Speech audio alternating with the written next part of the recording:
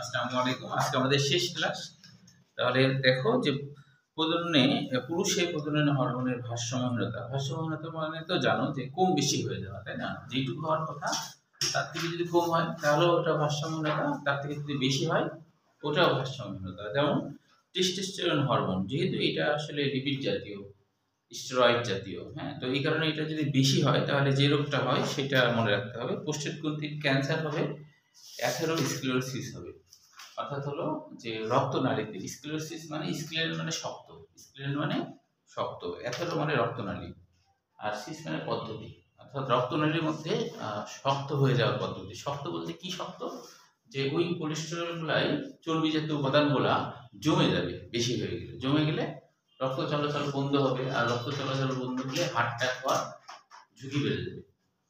এটা তো এখানে বলছে আপনার বলো হরমোন প্রতিস্থাপন করবে, মানে যাদের কম আছে তারা যদি নেয়, হ্যাঁ প্রতিস্থাপন ওটাই, যে যদি তোমার যদি ইনজেকশনের মাধ্যমে বা কোনো প্রতিস্থাপন পদ্ধতির মাধ্যমে যদি নেয় এবং সেটা যদি বেশি বেড়ে যায় তাহলে এটা হবে। মানে সাধারণভাবে বাড়তি বেড়ে গেলে এগুলো হতে পারে। হ্যাঁ, এমনিতেই বেড়ে যায়, এমনিতে সাধারণভাবে বাড়ে না, তবে এমনিতেও বাড়তে পারে। ওই জন্য তো রক্ত পরীক্ষা করে দেখতে হবে যে হরমোন লেভেল ঠিক আছে কিনা। আমাদের দেশে হার্ট অ্যাটাক হওয়ার একটা মেইন কারণের মধ্যে একটা কারণ হলো যে এই হরমোন টেস্টটা অনেক ব্যয়বহুল।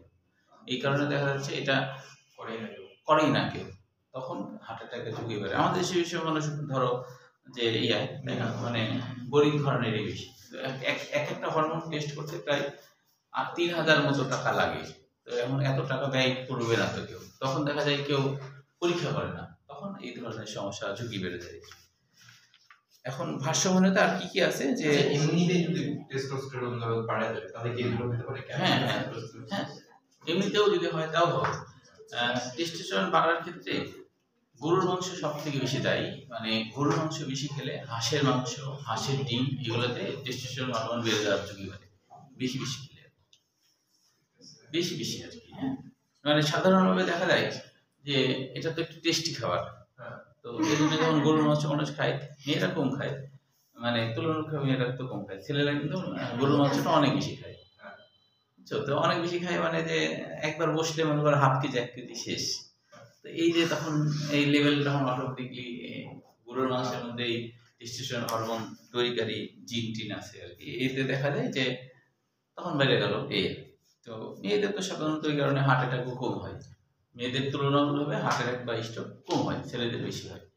তো ছেলেদের এগুলা ঝুঁকি বেশি। মিষ্টি জাতীয় জিনিস বা চিনি অতিরিক্ত পরিমাণ খেলে কি মানুষের বুদ্ধি লোপ পায় বা স্মৃতিশক্তি কমে যায়? চিনি আমাদের জন্য খুব দরকার, স্টুডেন্টদের জন্য, বা সেটা পরিমিত পরিমাণ। মানে আসলে মিষ্টি জাতীয় জিনিসে উল্টা কাহিনী আর কি। হ্যাঁ, মিষ্টি জাতীয় জিনিসে উল্টা কাহিনী, ব্রেনকে বরঞ্চ আরো ডেভেলপ করে।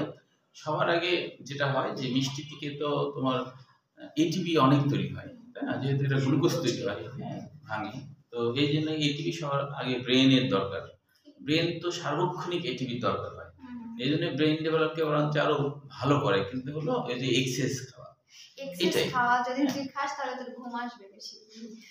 তাহলে এখন কি হয় ভারসাম্য হলে এটা এমসিকিউ জন্য মনে রাখতে হবে। অবসাদ গ্রস্ত, দুর্বল অনুভব করা, অকালে বুড়িয়ে যাওয়া, অসুখী ভাব, মনের মধ্যে অশান্তি ধরনের, যৌন উত্তেজনা কমে যাওয়া।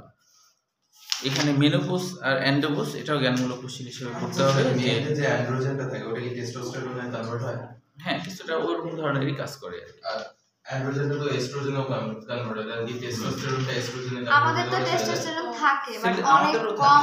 হ্যাঁ, না মেয়েদের থাকে কম, টেস্টোস্টেরন কম থাকে। হ্যাঁ, এস্ট্রোজেনে কনভার্ট হয় ছেলেদের, আর যখন দরকার পড়ে তখন এটা হয়ে যায়। আমাদের শরীর নিজেই অনেক কিছুকে কন্ট্রোল করে। যে যেমন তুমি ধরো শর্করা খাচ্ছ না, আমাদের শরীর নিজেই শর্করা তৈরি করে ফেলবে, তাই না? ওই অ্যামাইনো অ্যাসিডকে রূপান্তরিত করে ফেলবে। তো আমাদের শরীরে এই কাজটা করতে পারে আর কি। এখানে একটা অ্যান্ডোপজ কাকে বলে আর মেনোপজ কাকে বলে, এটাও জ্ঞানমূলক কোশ্চেন হিসেবে পড়বো। টেস্টোস্টেরন হরমোনের অভাবে যৌন উত্তেজনা হ্রাস, যৌন আকাঙ্ক্ষার অনুপস্থিতি ও পুরুষত্বের প্রকাশহীনতাকে অ্যান্ডোপজ বলে, আর অ্যান্ডোপজকে নারীর মেনোপজের সঙ্গে তুলনা করা হয়েছে। তো এটাই আর কি জ্ঞানমূলক কোশ্চেনের জন্য মনে রাখতে হবে। এবার দেখো এগুলো এমসিকিউ ভ্রূণের বৃদ্ধির সময় যে সমস্যাগুলো, যেমন হলো অটোসোমাল ব্যাধি, এখান থেকে দেখো জিনগত ও ক্রোমোজোমগত সমস্যা, অটোসোমাল ব্যাধি। বলছে অধিকাংশ প্রচ্ছন্ন মানে এমসিকিউর জন্য যেখান থেকে লাগবে সেটা হলো 3 নম্বর লাইনে, যে হ্যাঁ এই জিনের প্রভাবে অটোসোমাল ব্যাধি যে রোগটা, এই জিনের প্রভাবে কি হয় যে ফিনাইল অ্যালানিন মানে ফিনাইল অ্যালানিন হজম করতে পারে না, একটা অ্যামাইনো অ্যাসিড, হ্যাঁ এটা হজম করতে পারে না। ফিনাইল অ্যালানিন এটা এই অ্যামাইনো অ্যাসিড হজম করতে পারে না, এই সমস্যা হয়। এই কারণে মস্তিষ্কে বিষাক্ত পদার্থ জমা হয়ে শিশুকে মানসিক প্রতিবন্ধিতে পরিণত করে। এই অসুখের নাম হলো ফিনাইল কিটোনিউরিয়া।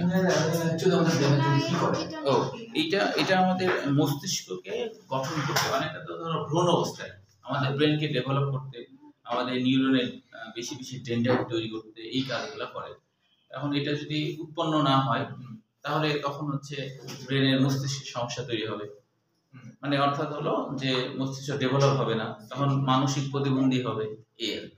তো এইটা যদি হচ্ছে এটা একটা রোগ।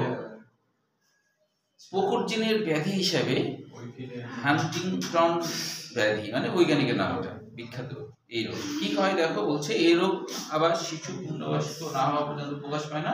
এতে মস্তিষ্কের অবনতি ঘটার সঙ্গে মানসিক ও স্নায়বিক বৈকল্য ত্বরান্বিত হয়। এটুকু এমসিকিউর জন্য আর কি। এরপরে দেখো সেক্স, এটা বৈজ্ঞানিক হয় কি না, এটা জিনগত হয় কি। ও এই কিছু কিছু রোগ থাকে যে জিন মিউটেশনের কারণে হয়। জিন ধরো হঠাৎ করে মিউটেশন হয়ে গেল, এগুলো মানুষের হাত নাই।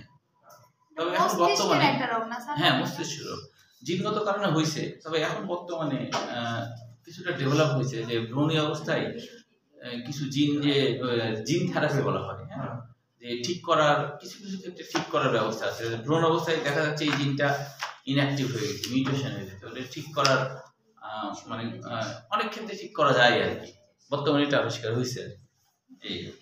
ওটা একটা রোগ ঠিক করার আল্লাহ বলছে না, হাদিসে আছে না, সকল রোগেরই ওষুধ আছে, তো বা ব্যবস্থাপনা আছে, আমরা জানি না হয়। হ্যাঁ বুখারী শরীফের হাদিস। এখন দেখো সেক্স লিঙ্ক ব্যাধি, এটা তো বুঝতেই পারছো তাই না, সেক্স ক্রোমোসোমের সংযুক্ত। আগেরটা ছিল অটোসোমাল মানে কি, অটোসোমে, তাই না, অটোসোমে জিনগত সমস্যা, হ্যাঁ, আর এটা হলো সেক্সের ক্ষেত্রে। তো এই ক্ষেত্রে কি হয় দেখো, সেক্স লিঙ্ক ব্যাধির মধ্যে লাল সবুজ বন্ধ্যাত্বতা, হিমোফিলিয়া এই দুটি অতি পরিচিত। হ্যাঁ, প্রচ্ছন্ন জিনের কারণে এরূপ হয়। আরেকটি অসুখ আছে, তার নাম হলো ফ্র্যাজাইল এক্স সিনড্রোম। ফ্র্যাজাইল মানে ভঙ্গুর,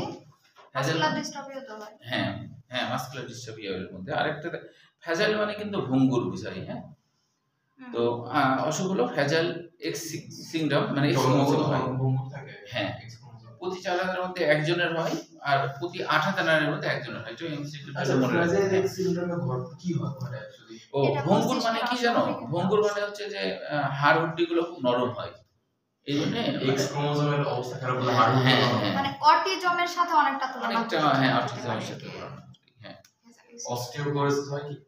হ্যাঁ অস্টিওপোরোসিস না, অস্টিওপোরোসিস বয়স্কদের, এটা ফ্র্যাজাইল না, এটার সাথে অস্টিওপোরোসিসের সম্পর্ক নাই।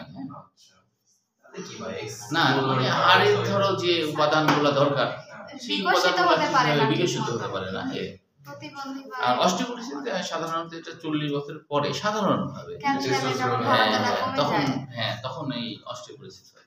তো অস্টিওপোরোসিস রোগীর তোমার হচ্ছে যে তুমি যদি একটা বয়স্ক মানুষের এক্সরে দেখো আর ইয়াং মানুষের এক্সরে দেখো, দেখলে তুমি বুঝতে পারবে যে বয়স্ক বলতে কি, যে যাদের বয়স মনে করো 70+, 60 বছর পরের রোগী, আর ধরো যে তুমি 40 বছরের মধ্যেকার কোনো একটা রোগীর হাড় হুড্ডি অনেক সময় ভেঙে যায়, ব্যথা লাগলে এক্সরে করে না, দুটো পাশাপাশি রাখলে তুমি ডাক্তার না হয়ে নিজেই বুঝবা যে এটা বয়স্ক মানুষের দেখা যাবে হয়টা বেশি, মানে দেখলে তুমি বুঝবা যে তিলেখাজার মতো লাগছে। তিলেখাজা চিনো? তিলেখাজাতে যেমন ফাঁকা, তো ওরকম দেখবা। তো এরকম বয়স্ক মানুষ যদি পড়ে যায় তাহলে ভেঙে যায় খুব সহজে, কারণ ওই যে খুব দুর্বল। তো একটা হলো সুগঠিত না হওয়া, মানে ধরো সাইজে ছোট বড় এটা সেটা, আর একটা হলো অস্টিওপোরোসিস ভিন্ন, ওটা ক্যালসিয়ামের ঘাটতির জন্য বড়দের। তো এটা ফ্র্যাজাইল এক্স সিনড্রোম, এটা অটিজমের মতোই বলছে, কারণ এটি মানসিক প্রতিবন্ধী। অটিজমের সরল বাংলা অর্থ আত্মমগ্নতা, মানে অটিজমের বাংলা অর্থ আত্মমগ্নতা, মানে সে নিজেই চিন্তা ভাবনা করবে, তুমি ডাকবা সে উত্তর নেবে না, মানে গভীর ধ্যানে থাকার মতো আর কি। তুমি একটা কথা বললা, ওর কোনো পাত্তাই দিল না, এরকম আর কি। এটাকে বলা হয় আত্মমগ্নতা। হ্যাঁ, ও ক্ষতি মানে কি, যে অস্বাভাবিক না ওটা, মানে তুমি যে কথা বলছো ওর সাথে, ওটা খেয়ালই করবে না, নিজেই চিন্তা ভাবনায় ঢুকে আছে। হ্যাঁ, তাছাড়া কিছু নেই। তাছাড়া কিছু না। না, ওই চিন্তা ভাবনা তো ভিতরে পাগলের মতো, মানে তোমার তো স্বাভাবিক যে পড়াশোনা করতে পারবে না, কিছু করতে পারবে না। বিকাশ ঠিক মতো হয় না, বিকাশ না মনে হবে যে সে একটা বিশাল কোনো ধ্যানে আছে, কিন্তু ওটা স্বাভাবিক মানুষের কোনো ধ্যান না, ওটা অস্বাভাবিক। মনে হবে যে সে একটা ধ্যানে আছে। ওরা আবার অন্যান্য কিছু কাজে অনেক দক্ষ হয়, যেমন ছবি আঁকা। হ্যাঁ, হ্যাঁ। এবার দেখো ট্রাইসোমি। ট্রাইসোমি মানে তো বুঝতে পারছো, যদি আমরা তো জানি 2টা করে ক্রোমোসোম থাকে, তাই না? যদি 3টা ক্রোমোসোম একসাথে জোড় বেঁধে থাকে, তাহলে এটাকে ট্রাইসোমি বলে। এবং ধরো 3টা ক্রোমোসোম একসাথে জোড় বেঁধে হয় থাকে আর কি, তাহলে এটাকে ট্রাইসোমি বলে। এটা হলো জিনগত রোগ। তো এটা কত ক্রোমোসোমের 3টা কপি থাকে না, খারাপ ক্রোমোসোম না, এটা হলো ভালো খারাপ 3টা একসাথে থাকলে সেটা হলো জটিল সমস্যা। এটার পরীক্ষা আসলাম খুঁজে পাইনি। এটা তো যেমন ডাউন সিনড্রোম, ওই যে স্যার কিন্তু ক্রোমোসোমের সংখ্যা দেওয়া নাই। হ্যাঁ, ডাউন সিনড্রোম মানে হলো ট্রাইসেমি 21, মানে 21 নম্বর ক্রোমোসোমে এই কাহিনী। 21 নম্বর ক্রোমোসোম, আমাদের যে ক্রোমোসোমের নাম্বারিং আছে তার মধ্যে 21 নম্বর ক্রোমোসোম। কিন্তু স্যার হচ্ছে এটা মানে কতটা থাকে সেটা তো বলা নাই, ক্রোমোসোমের সংখ্যা বলা নাই। সবথেকে বড় দিকে সাধারণ হচ্ছে, বুঝছো? সবথেকে বড় হলো 1, তারপরে একটু বড় 2, এভাবে তার মানে তো স্যার একদম যেটা লাস্ট ক্রোমোসোম অনেক ছোট। হ্যাঁ, অনেক ছোট, একসাথে থাকে। ওই যে যেটা 23তম, যেটা হ্যাঁ, ওই যে বললাম যে সবথেকে বড় যেটা সেটা হলো 1 নম্বর ক্রোমোসোম। তারপরে আবার ধরো আরেকটু ছোট হলো এটা 2, এইভাবে করে সাজাইছে বৈজ্ঞানিকরা। লাস্টে এসে যেটা 23তম সেটা হলো সবথেকে ছোট।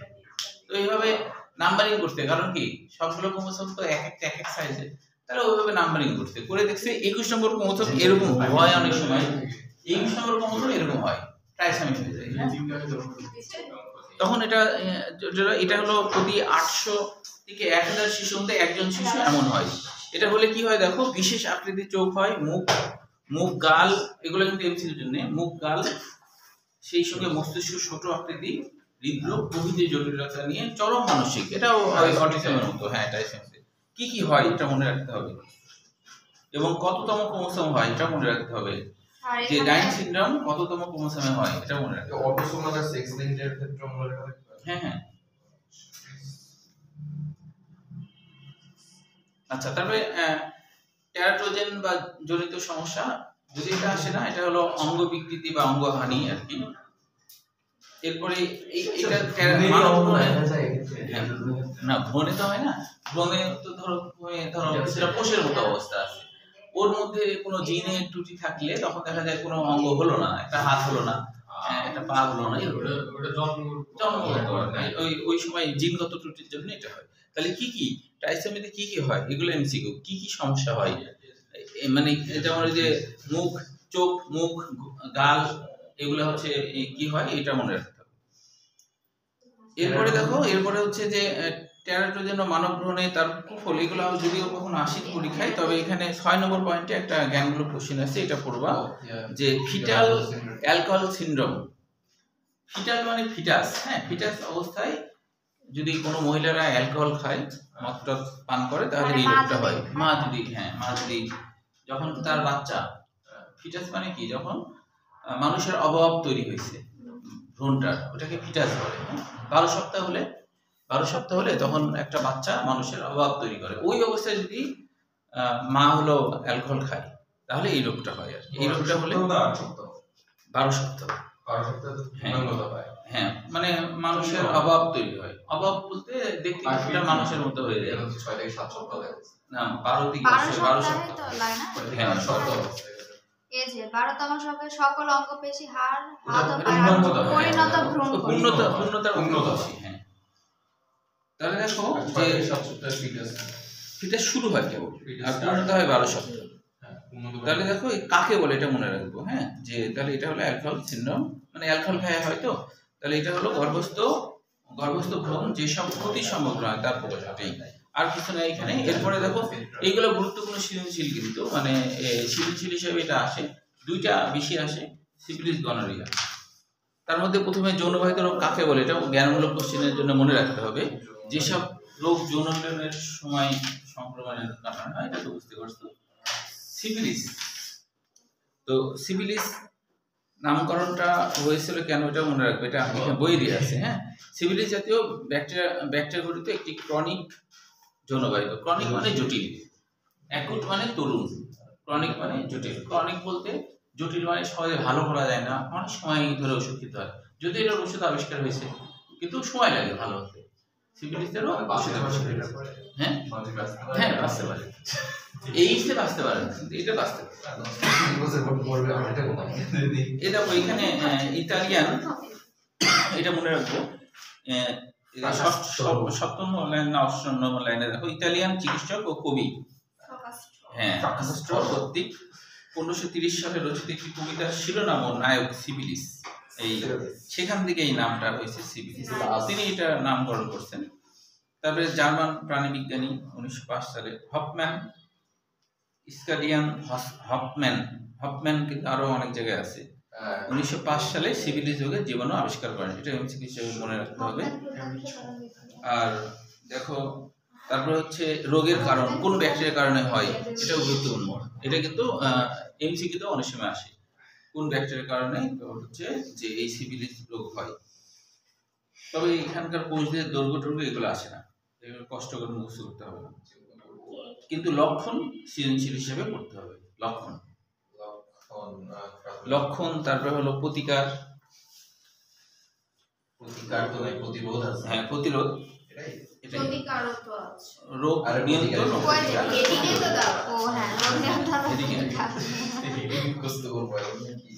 আচ্ছা, এখানে সবগুলো বুঝলে একটা 6 নম্বর পয়েন্ট একটা, হ্যাঁ এই সবগুলাই দিয়ে 6 নম্বরে একটা শব্দ শুধু দেখো, যে এটা তোমাদের অজানা, যে হ্যাঁ, যে রক্তদানকারী ব্যক্তিদের VDRL টেস্ট করানো, এই জিনিসটা কি আসলে? VDRL এর ফুল মিনিংটা হচ্ছে, ভিডিআর নাম শুনে মনে হচ্ছে যে ভিডিআর এর মতো লাগছে না নাম শুনে? ভিডিআর আগে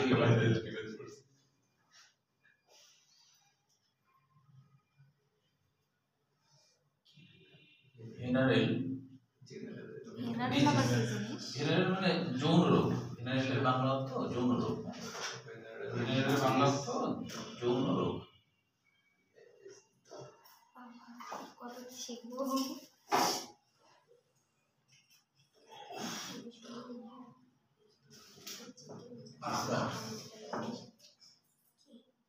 ল্যাবরেটরি টেস্ট,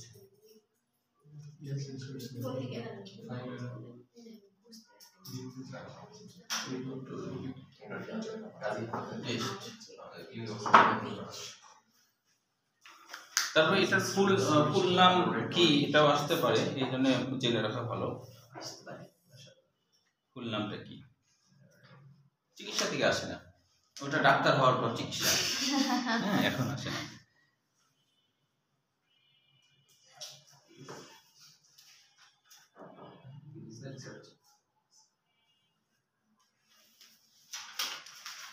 গনোরিয়া, তাহলে নিসেরিয়া গনোরিয়া প্রজাতিভুক্ত ব্যাকটেরিয়া, নিসেরিয়া গনোরিয়া প্রজাতিভুক্ত ব্যাকটেরিয়া সংক্রমণে মানুষের গনোরিয়া হয়। এই রোগের জীবাণুর সাধারণ নাম গনোপক্কাস। পক্কাস মানে গোল গোল ধরনের ব্যাকটেরিয়া, গোল গোল ধরনের ব্যাকটেরিয়া। নেইসার, আলবার্ট নেইসার, তার নাম অনুযায়ী এটা হয়েছে গনোরিয়া, হ্যাঁ গনোরাদের।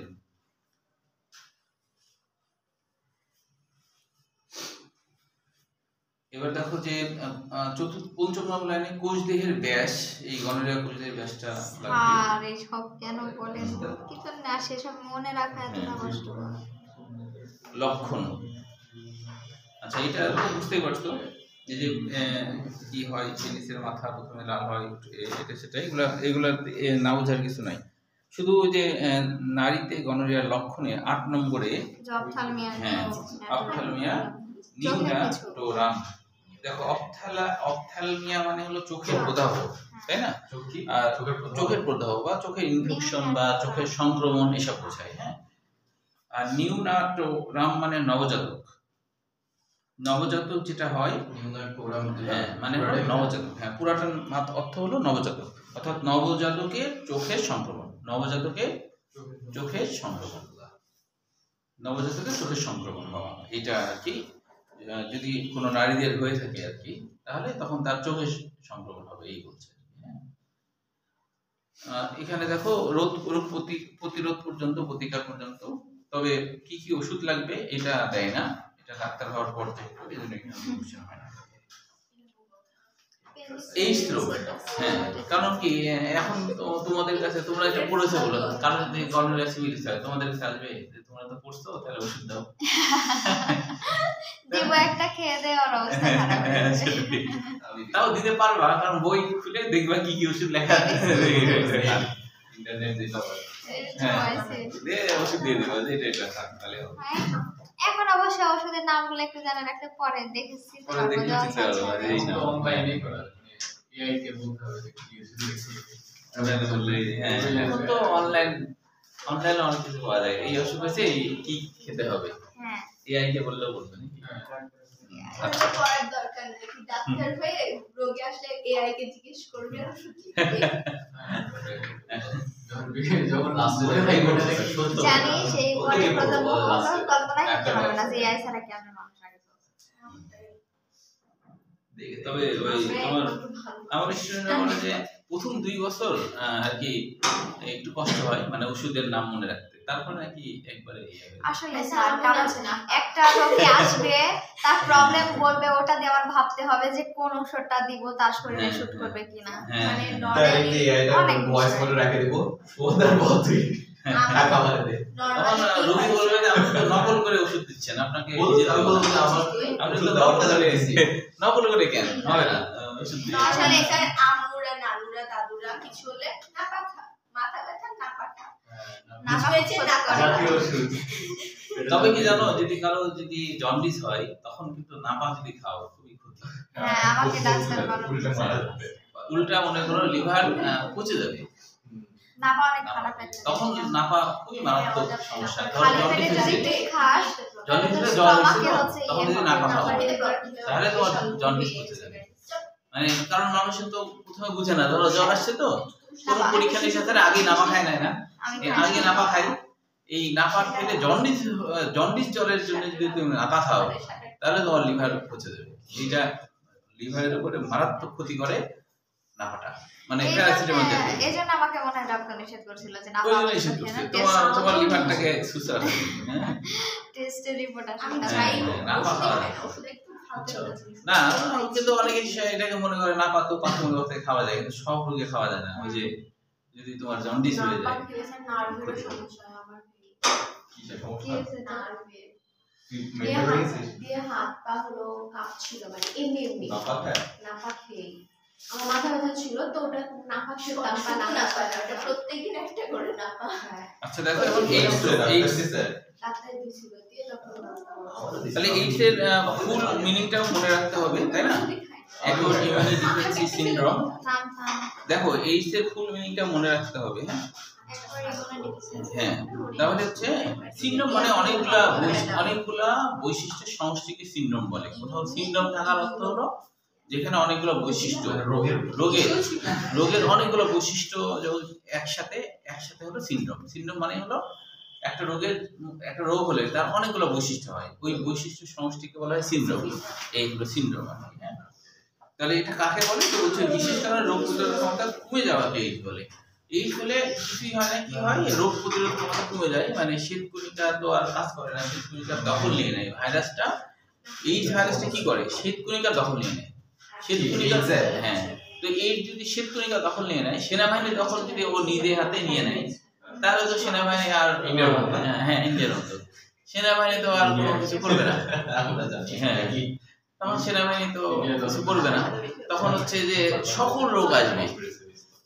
ওই জন্য এইডস হলে কি হয়, আসলে এইডস হলে যেটা হয় যে সকল রোগ তাকে পেয়ে বসে, সকল রোগ পেয়ে বসে, কোনো প্রতিরক্ষা নাই, সেনাবাহিনী নাই, সকল রোগী সে মারা যায়।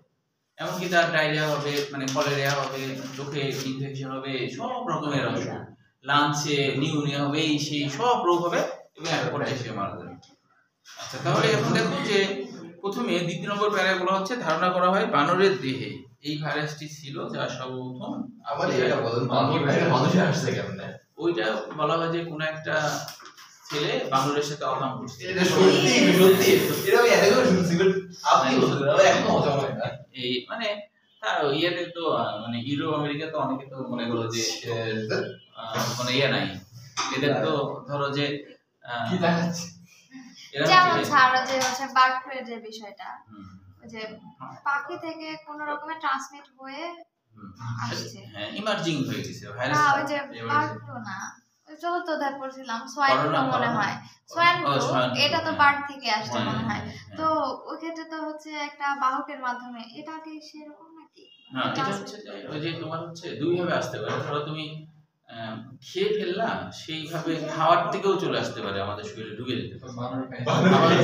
না বানর খাওয়া না, যে পাখি খেয়েছে, পাখি জাতীয় যেমন বাদুড় খেয়ে, বাদুড়ের মাধ্যমে চীনারা বাদুড় খেয়েছে, ওটার মাধ্যমে করোনা আমাদের ঢুকছে। আবার হচ্ছে ওই যে অকাম করলো, ওটার মাধ্যমে হলো, এইভাবে আর কি হয়েছে। এটাই হলো এখন পর্যন্ত এটা জানা গেছে আর কি। তো এটা মনে রাখতে হবে যে গেল রবার্ট, ডক্টর রবার্ট গেল মানেই তো গেল, তার মানে সে মারা গেল, এটা আর বাড়বে না, বুঝলেন? গেল মানে সে গেল, এই জীবন আবিষ্কার করে গেলটাই মনে হয়।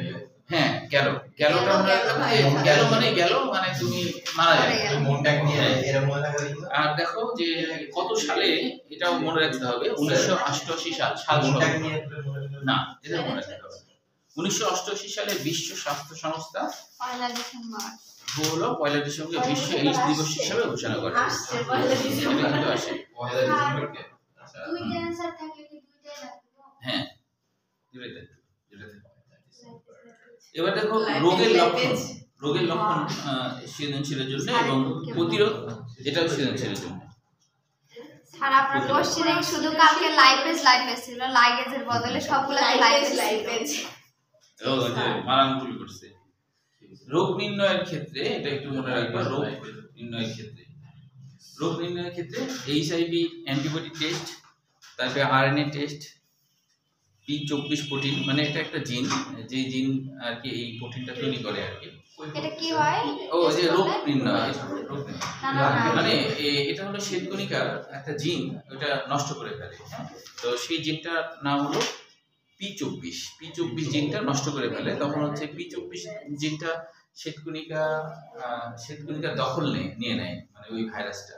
তখন P24 জিনটা নষ্ট হয়ে যায়, নষ্ট হয়ে গেলে তখন হচ্ছে ওই জায়গায় ভাইরাসের জিন ঢুকে যায় এবং ভাইরাসের কথা মতোই যখন চলে শ্বেতকণিকার নিয়ন্ত্রণ না থাকা, এটা পরীক্ষা করে দেখে যে এই জিনটা নষ্ট হয়ে গেছে কিনা। আর একটা হচ্ছে ওয়েস্টার্ন ব্লট, যদি এটা ওয়েস্টার্ন মানে কি পশ্চিমা দাগ আর কি, টেস্ট ইত্যাদি, মানে পশ্চিমাদের থেকে এইগুলো এইডসটা তো বেশি হয়েছে। তো একটা বাংলাদেশের মানুষের বা এই অঞ্চলের মানুষের পরীক্ষা করলে তো যদি তার থাকে আর কি, তো এটা যে পশ্চিমা দেশের সাথে কোরিডোরে আসছে কিনা এটাও পরীক্ষা করা হয় আর কি। পশ্চিমা দেশের সাথে, হ্যাঁ ওই বিদেশে যায় অনেক সময় হয়ে যায়, করে অনেকে এয়ারপোর্টে, তখন এটা করে, মানে এটা পরীক্ষা করে পশ্চিমার সাথে করছে কিনা। পশ্চিম অনেকেই আছে বাংলাদেশের বা এই অঞ্চলের মানুষ ওই সব দেশে যেয়ে তোমার এই বাধাই নিয়ে বাংলাদেশে চলে আসে, এখানে বাধাতে শুরু করে। তো এটাই হলো আর কি ওয়েস্টার্ন ব্লক। তো এই মানে ওরা তো খুবই ফ্রি, তো ওরা হচ্ছে যে ওরা তো ওইগুলো ভয়টাই করে না, খুব ফ্রি। ওই দেখা যাচ্ছে যে বাংলাদেশের মানুষ তো একটু অবুঝ,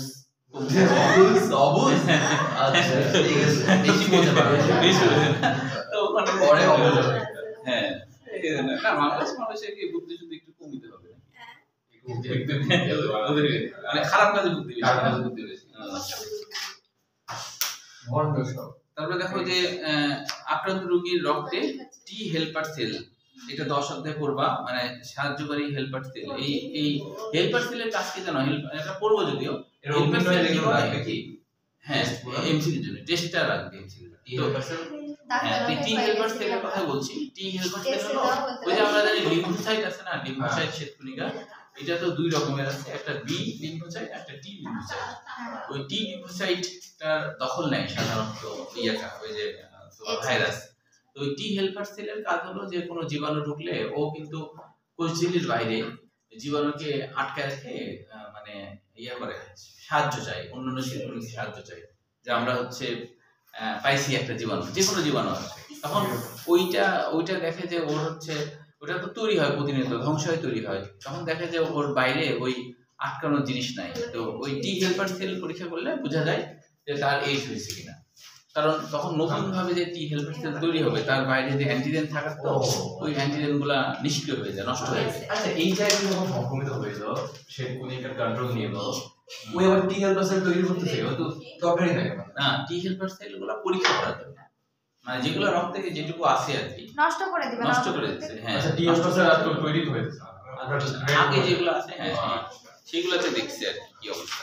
আরেকটা দেখো CD4 সেল। CD4 সেল হলো এরকম, এটা ফুল মিনিং এরকম আর কি। সি হলো ক্লাস্টার, মানে গুচ্ছ, ক্লাস্টার অফ ডিফারেন্ট। CD4, হ্যাঁ